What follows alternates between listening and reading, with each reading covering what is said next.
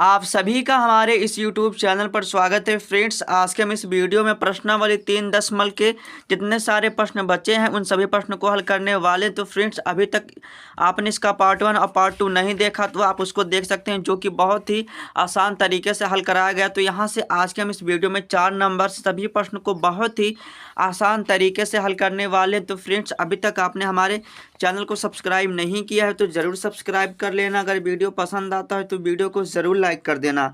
तो देखते हैं जो चौथा प्रश्न है। चलिए हम चौथे प्रश्न को हल करना शुरू करते हैं। देखिए प्रश्न क्या कह रहा है चौथा। निम्न रैखिक समीकरणों के युग्म में कौन सा युग्म संगत है या असंगत है। मतलब युग्म मतलब ये हमारा रैखिक समीकरण है। युग्म मतलब होता है पेयर मतलब जोड़ा, ठीक है। कौन सा जो युग्म है संगत या असंगत हो आपको बताना। अगर संगत है, कह रहा है यदि संगत है तो आपको ग्राफीय विधि से क्या करना है, हल करना है, ठीक है। तो चलिए इसको हम हल करते फ्रेंड। अगर आप इसका पार्ट 1 और पार्ट 2 देख लेते हो तो ये सारे प्रश्न बहुत ही आसान तरीके से आपको समझ में आने वाला है। तो चलिए हम देखते हैं, हल करते हैं। यहाँ पर लिखेंगे हल। ये हमारा कौन सा प्रश्न है, चौथा, ठीक है। चौथा प्रश्न है। अब देखिए यहाँ पर हम इसका मान लेंगे कि माना क्या होता है, रैखिक समीकरण का जो व्यापक रूप होता है आपको ऐसा लिखना पड़ेगा। रैखिक समीकरण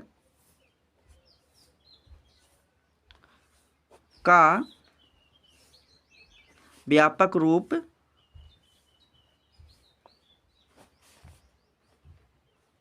तो रैखिक जो समीकरण होता है देखिए उसका व्यापक रूप क्या होता है। तो आपको यहाँ पर लिखना पड़ेगा, ध्यान से देखिए क्या होता है। ए होता है, फिर 1 होता है, एक्स क्या होता है, फिर यहाँ से देखिए क्या होता है, b1 होता है, फिर क्या होता है, y होता है, फिर क्या होता है, c1 बराबर क्या होता है, 0। अब यहाँ से देखिए a2 क्या होता है, x होता है, प्लस देखिए यहाँ से b2 क्या होता है, y होता है, प्लस क्या होता है, c2 बराबर क्या होता है, 0 होता है। अब देखिए एक के स्थान पर क्या है, आप यहाँ पर रखते जाइए। देखिए एक के स्थान पर हमारा क्या है, एक है, बट एक लिखा नहीं जाता। तो देखिए एक के स्थान पर हमारा क्या है, एक है। अब देखिए ये हमारा क्या है, a1 है। अब देखिए कॉमा लगाएंगे। फिर देखिए b1 के स्थान पर हमारा क्या है, यहाँ पर भी एक है, बट एक लिखा नहीं जाता। अब देखिए मतलब यहाँ पर c1 है तो यहाँ पर देखिए 5 जब इधर आएगा क्या हो जाएगा, माइनस का हो जाएगा, मतलब क्या हो जाएगा, -5 हो जाएगा, ठीक है। अब यहाँ पर देखिए लिखेंगे a2, तो a2 का मान क्या है, यहाँ से देखिए हमारा 2 है तो यहाँ पर क्या हो गया, 2 हो गया। अब देखिए हमारा b2 हो गया, तो देखिए b2 का मान कितना है, यहाँ से देखिए 2 है तो यहाँ से क्या हो गया, हमारा 2 हो गया। अब देखिए c2 का मान क्या है, तो हमारा देखिए जो c2 का मान है कि इधर आएगा क्या हो जाएगा, -10 हो जाएगा, ठीक है। अब यहाँ से इतना करने के बाद फ्रेंड्स अब क्या करेंगे, अब यहाँ पे देखिए हम इसको किस तरह लिख सकते हैं, a1/a2। अब देखिए जो बराबर है क्या, 1/2 के, ठीक है। अब कॉमा लगाएंगे। अब लिखेंगे b1 क्या है, b2, ठीक है। अब यहाँ पर हम लिखेंगे बराबर। अब देखिए क्या लिखेंगे, 1/2 है, ठीक है। उसके बाद देखिए हम उसके बाद क्या देखिए यहाँ पर कॉमा लगाएंगे, फिर लिखेंगे c1 क्या है, c2, ठीक है। यहाँ से देखिए क्या हो जाएगा, माइनस हो जाएगा क्या, -5 क्या हो जाएगा, माइनस क्या हो जाएगा, 10 हो जाएगा। अब देखिए माइनस माइनस से कैंसिल होएगा, इसको हम काट देंगे क्या, 5 एकम 5 और 5 दुनिया क्या हो जाएगा, 10, मतलब 10 हो जाएगा। तो 5 दुनिया क्या हो गया, 10। अब यहाँ पर देखिए 1/2 कहने का मतलब देखिए हमारा क्या है, a1 जो a2 है ये बराबर है b1 क्या है, b2 के, और ये भी बराबर है c1/c2 के। तो ऐसे कंडीशन में जो हमारी रेखाएं होंगी, मतलब जो हमारा रैखिक समीकरण का जो युग्म होगा क्या होगा, संगत होगा, क्या होगा, संगत होगा, ठीक है। तो क्या हो जाएगा, यहाँ पर हम लिखेंगे संगत होगा। तो लिखेंगे अतः रैखिक समीकरण का जो युग्म है, लिखेंगे अतः रैखिक समीकरण का युग्म क्या है, हमारा संगत है।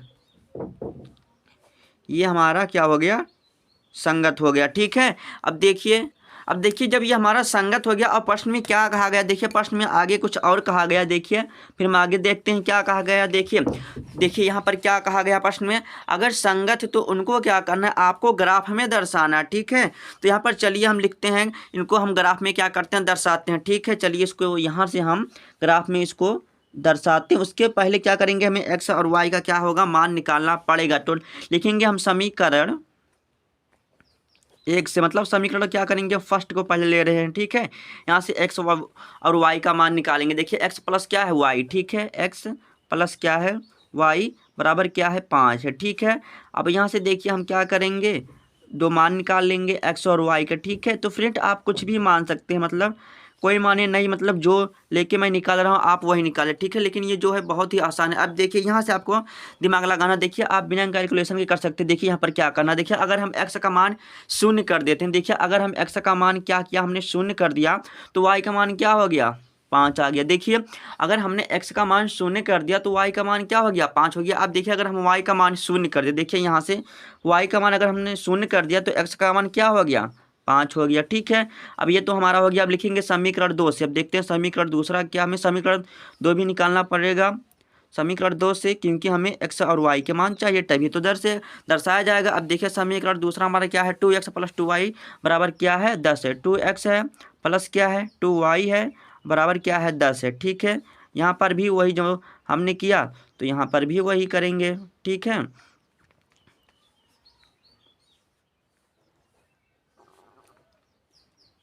अब देखिए फ्रेंड अगर हम x का मान शून्य कर दिया, देखिए x का मान हमने शून्य कर दिया तो y का मान 5 हो जाएगा। क्यों, क्योंकि यहाँ पर ये गुना कर रहा है, इधर आएगा भाग करेगा, मतलब 2 के पहाड़े में क्या होता है 5 आता है, मतलब 10 के पहाड़े में क्या हो जाएगा 5 हो जाएगा, तो y का मान हमारा क्या हो जाएगा 5 हो जाएगा। अब इसी प्रकार देखिए अगर हम y का मान शून्य कर देते हैं, देखिए अगर हम y का मान हमने शून्य कर दिया तो देखिए यहाँ पर गुना कर इधर आएगा भाग करेगा, मतलब 2 से पहाड़ से 10 को काटेंगे 5 बार में, तो x का मान क्या हो जाएगा 5 हो जाएगा। बस अब क्या करना है, इसको हमें क्या करना है, ग्राफ में दर्शा देना है। तो चलिए फ्रेंड इसको हम ग्राफ में दर्शाते हैं। तो देखिए यहाँ पर मैंने आपको ऑलरेडी मतलब दर्शा के लाया हूं, जिससे हमारा क्या हो टाइम बचे। ठीक है, अब यहाँ पर देखिए इसका हम नाम रख देते हैं, क्या होता है हमारा एक्स डैश होता है, और ये हमारा क्या होता है वाई डैश होता है, और यहाँ पर ये हमारा क्या होता है वाई होता है, और इधर क्या होता है हमारा एक्स होता है। ठीक है, अब देखिए यहाँ पर आपको दर्शाना, तो यहाँ पर देखिए सबसे पहले हम देखेंगे एक्स वाला टर्म, तो ये हमारा जो होता है ये रेखा जो होती है ये वाला हमारा एक्स टर्म होता है, ये हमारा वाई वाला होता है। ठीक है, अब यहाँ से देखिए एक्स पे हमें पहले शून्य लेना। ठीक है, तो एक्स पर हमारा क्या हो गया, ये शून्य हो गया। ठीक, अब देखिए वाई पर हमें कहा गया 5, जो कि हमारा धनात्मक है, तो देखेंगे 5 कहाँ है, 1 2 3 4 5, तो यहाँ पर ये हमारा क्या हो गया 5 हो गया। ठीक है, उसके बाद देखिए हमारा कहा गया कि वाई पे इस बार x पे 5 लेना। देखिए पहले x पे 5, तो देखते हैं यहाँ से 1 2 3 4 5, देखिए x पे हमारा क्या हो गया 5 हो गया, और कहा गया इस बार क्या y पे शून्य। ठीक है, y पे शून्य, तो हमने क्या किया इस प्रकार एक लाइन खींच दिया। ठीक है, यहाँ पर एक लाइन खींच दिया। ठीक है, उसके बाद देखिए हमारा जो यहाँ पर आप इसका समीकरण भी लिख सकते हैं या कोऑर्डिनेट भी लिख सकते हैं। तो क्या करेंगे यहाँ पर हम समीकरण भी लिख देंगे, क्या है हमारा x प्लस क्या है y। ठीक है, x प्लस क्या है y बराबर क्या है 5, जो कि ये हमारा रैखिक समीकरण का ये क्या है आलेख, मतलब हमने खींचा। ठीक है, अब देखिए यहाँ से हमारा देखिए उसके बाद देखिए ये हमारा दूसरा समीकरण, देखिए x बराबर हमें क्या लेना है पहले शून्य। ठीक है, तो देखिए फ्रेंड्स यहाँ पर आपने कुछ ध्यान दिया, देखिए 0 5 क्या है 0 5 और 5 शून्य, कहने का मतलब क्या, जो हमने x और मान निकाला समीकरण दोनों के क्या है सेम है।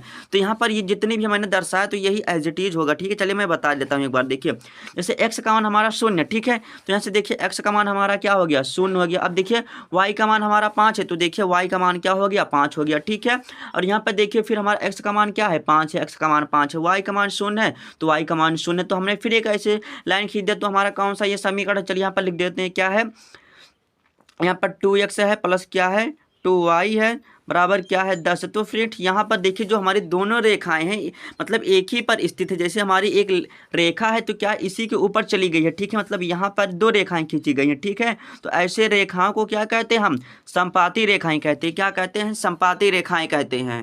तो फ्रेंड्स आप जानते हैं जब संपाती रेखाएं कब होती हैं, जब देखिए ये हमारा कंडीशन होता है a1/a2 बराबर होता है b1/b2, ये भी बराबर होता है c1/c2 के। तो ऐसे कंडीशन में क्या होता है अनेक हल होता है और हमारी रेखाएं क्या होती है संपाती होती है। तो देखिए यहाँ से हमारा क्या हुआ, मतलब इसी के ऊपर एक रेखा और चली गई, मतलब यहाँ पर देखिए कहने का मतलब क्या हुआ a1/a2 b1/b2 c1/c2, मतलब सभी जब बराबर हैं तो क्या होगा हमारी जो रेखाएं होगी कुछ इस प्रकार की खींची जाएंगी। तो फ्रेंड आप इसका स्क्रीनशॉट ले सकते हैं। अब चलिए हम दूसरे प्रश्न पर आते हैं। अब चलिए हम चौथे का क्या हमारा दूसरा प्रश्न है। तो यहाँ पर देखिए वहाँ पर फिर लिखेंगे हल, उसके बाद लिखेंगे माना रैखिक समीकरण का युग्म। ठीक है, ये लिख लेंगे रैखिक समीकरण का युग्म, आप ऐसे भी लिख सकते हैं। तो यहाँ पर लिखेंगे रैखिक समीकरण का युग्म।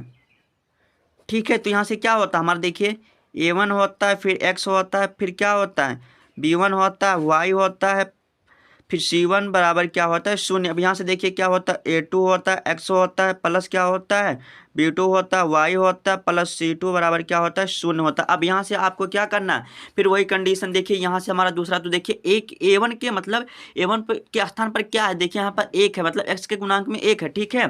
तो A1 का जो हमारा मान हो जाएगा क्या हो जाएगा 1 हो जाएगा। देखिए कॉमा लगाएंगे, फिर B1 का मान क्या हो जाएगा, अब देखिए यहाँ पर भी क्या हो जाएगा माइनस क्या हो जाएगा 1 हो जाएगा, ठीक है। उसके बाद देखिए हमारा यहाँ पर क्या हो जाएगा C1 का मान क्या हो जाएगा, अब यहाँ पर देखिए ये इधर है 8, जब इसको इधर लेके आएंगे बराबर के क्या हो जाएगा माइनस का हो जाएगा, मतलब -8 हो जाएगा। अब यहाँ से देखिए हमारा A2 क्या हो जाएगा, अब देखिए A2 क्या हो जाएगा 3 हो जाएगा, तो यहाँ से A2 हमारा 3 हो गया। अब देखिए हमारा B2 क्या हो जाएगा, यहाँ से B2 देखिए यहाँ से क्या हो जाएगा माइनस क्या हो जाएगा 3 हो जाएगा। उसके बाद देखिए हमारा C2 क्या हो जाएगा, तो यहाँ से C2 इधर हो जाएगा, मतलब 16 इधर आएगा, क्या हो जाएगा माइनस का क्या हो जाएगा 16 हो जाएगा। तो चलिए इसको हम किस तरह लिख सकते हैं, देखिए A1/A2, ठीक है।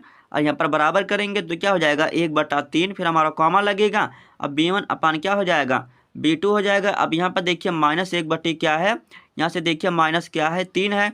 अब यहाँ पर देखिए कॉमा लगेगा C1 क्या है C2, यहाँ से देखिए -8 क्या है माइनस क्या है 16। अभी देखिए माइनस माइनस से कैंसिल, ये भी माइनस से कैंसिल।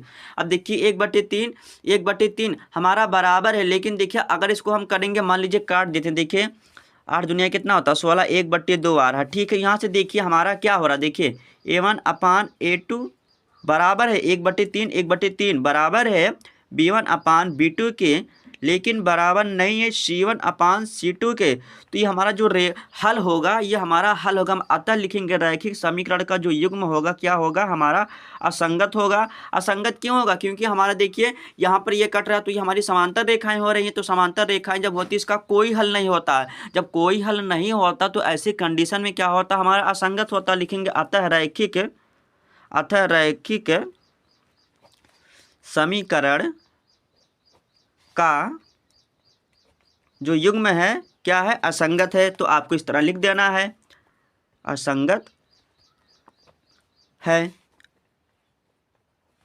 तो देखिए ये हमारा असंगत है। देखिए फ्रेंड असंगत कब होता है, मतलब इसी कंडीशन में होता है, केवल इसी कंडीशन में, मतलब A1/A2 बराबर है B1/B2 के, लेकिन जब बराबर नहीं रहता C1/C2 के, तो ऐसे कंडीशन में असंगत होगा। अब देखिए अगर असंगत है तो आपको ग्राफ में नहीं दर्शाना है, क्या है आपको ग्राफ में नहीं दर्शाना है। अब चलिए इसके हम तीसरे पार्ट को हल करते हैं, तो यहाँ पर लिखेंगे हल, फिर उसके बाद लिख लेंगे रैखिक समीकरण का युग्म,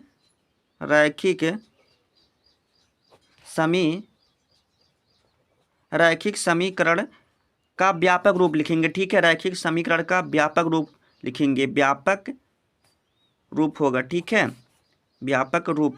अब देखिए रैखिक समीकरण का व्यापक रूप क्या होता है, A1x होता है, फिर क्या होता है प्लस क्या होता है B1 क्या होता है y होता है, प्लस क्या होता है C1 बराबर क्या होता है 0। अब यहाँ से देखिए A2 क्या होता है x होता है, प्लस क्या होता है B2 क्या होता है y होता है, प्लस क्या होता है C2 बराबर क्या होता है 0। तो रैखिक समीकरण क्या होता है, मतलब जिसका उच्चतम घात क्या होगा 1 होगा। यहाँ पर देख सकते हैं सभी में क्या है उच्चतम घात 1 है, लेकिन बट 1 लिखा नहीं जाता। अब देखिए A के स्थान पर हमारा क्या है यहाँ पर 2, चलिए यहाँ पर लिखना हम प्रारंभ करते हैं। देखिए यहाँ पर देखिए A के स्थान पर मतलब A1 का जो मान है यहाँ से देखिए क्या हमारा 2 है, कॉमा लगाएंगे।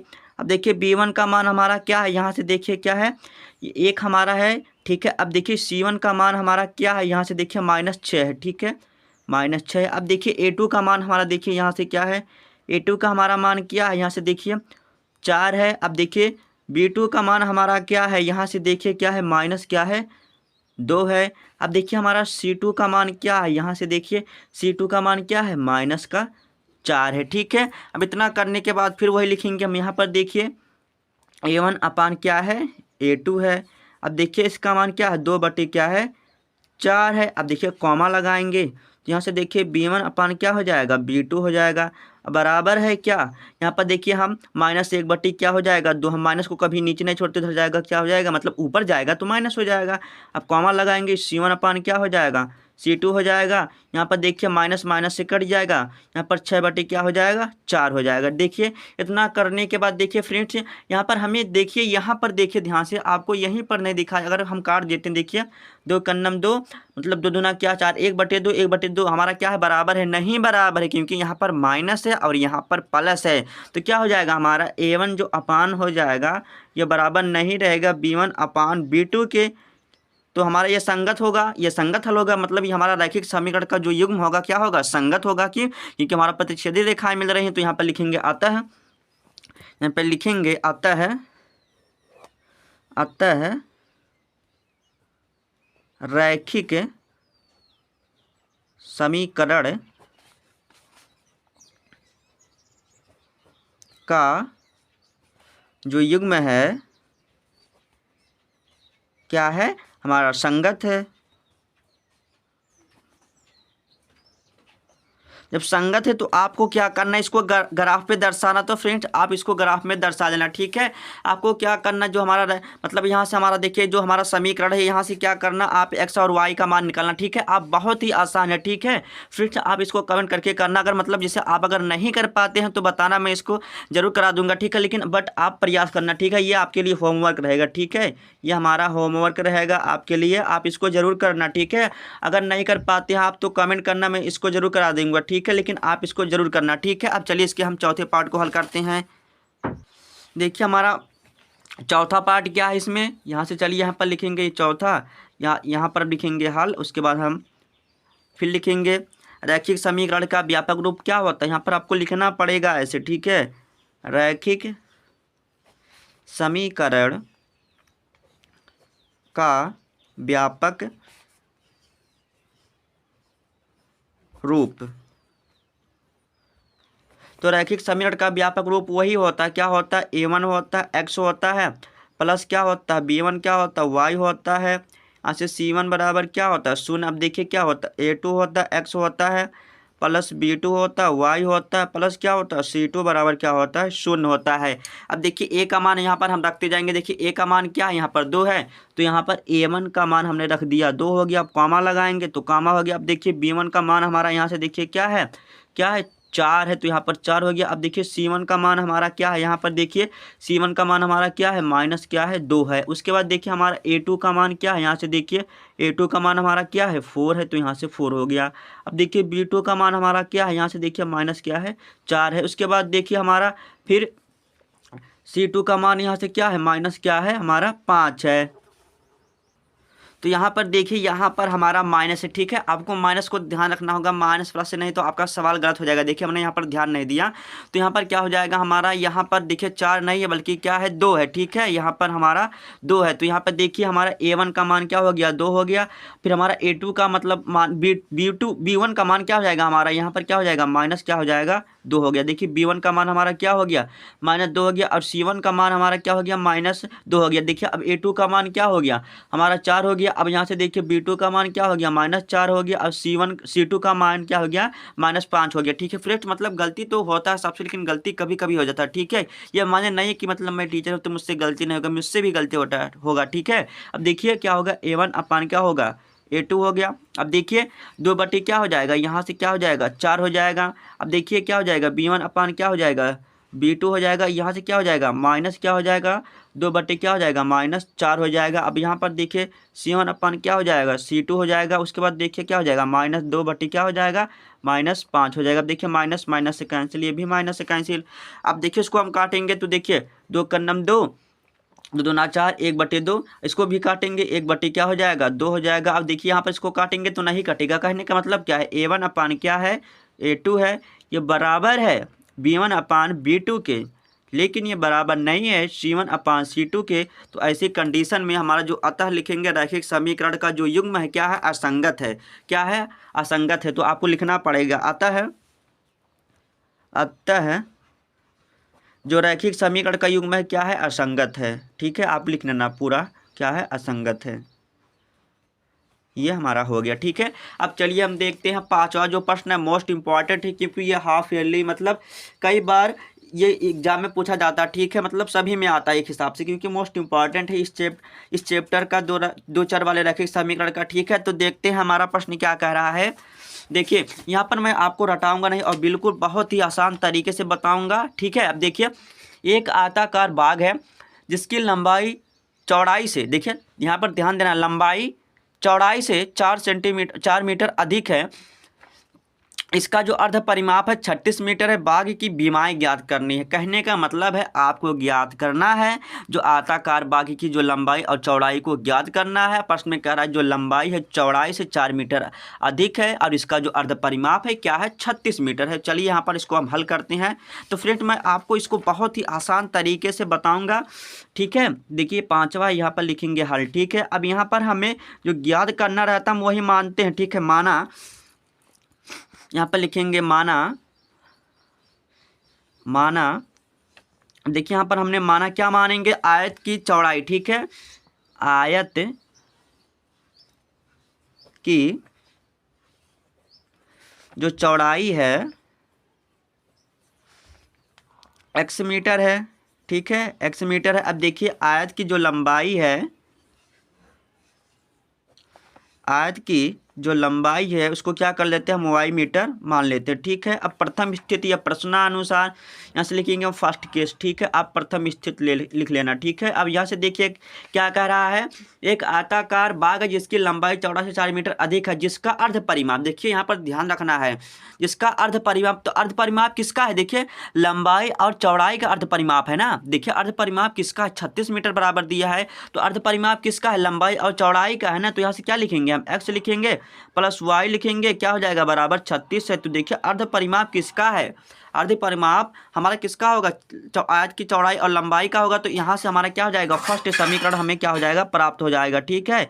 उसके बाद देखिए आगे प्रश्न क्या कह रहा है। अब देखिए लंबाई, यहाँ से लिखेंगे सेकंड केस, ठीक है, यहाँ से सेकंड केस लिखेंगे, ठीक है। यहाँ से देखिए क्या कह रहा है हमारा, जिसकी लंबाई, तो हमने लंबाई क्या माना, यहाँ से y माना, ये हमारा हो गई लंबाई, ठीक है, लंबाई हो गया। और चौड़ाई, तो हमने चौड़ाई क्या माना है, देखिए x माना है, x हो गया, क्या है 4 मीटर, क्या है अधिक है, क्या है 4 मीटर अधिक है। यहाँ पर हमारा क्या हो गया, दूसरा समीकरण प्राप्त हो गया। उसके बाद देखिए y बराबर यहाँ पर x + 4 है ना, तो y का मान क्या करेंगे हम, समीकरण 1 में रख देंगे। क्या करेंगे, y का मान समीकरण 1 में रख देंगे।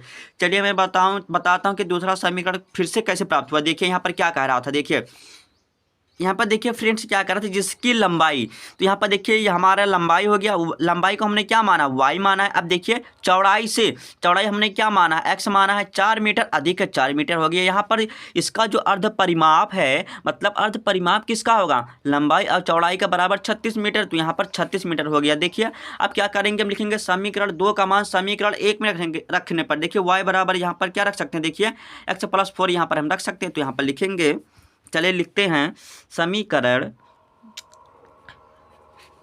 2 का मान समीकरण 1 में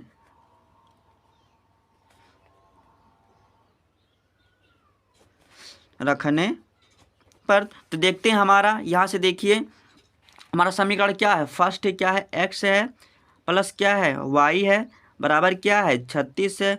उसके बाद देखिए x हो गया। अब देखिए y का मान यहाँ से उठा के हम रख देंगे, तो क्या हो जाएगा, x हो जाएगा प्लस क्या हो जाएगा 4 हो जाएगा, बराबर क्या हो जाएगा 36 हो जाएगा। अब यहाँ पे देखिए x क्या हो जाएगा, 2x हो जाएगा, और इधर क्या हो जाएगा 36 हो जाएगा, ये घट जाएगा, क्या हो जाएगा -4 हो जाएगा। अब देखिए 2x बराबर क्या हो जाएगा, 36 में से 4 घटेगा, क्या होता है 32 होता है, हाँ 32 होता है। अब देखिए x बराबर क्या हो जाएगा, 32 बटे क्या हो जाएगा 2, इधर गुना करा था भाग करेगा, तो x का मान क्या आ जाएगा 16 आ जाएगा निकल के, x का मान आ गया 16, ठीक है। अब x का मान क्या करेंगे आप, समीकरण क्या करेंगे 2 में रख देंगे, क्या करेंगे 2 में रख देंगे, तो आपको फिर लिखना पड़ेगा। चलिए यहाँ पर हम लिखते हैं, लिखने में क्या जाता है, जब लिखना है तो लिखना ही पड़ेगा। लिखेंगे मतलब x का मान, ठीक है, x का मान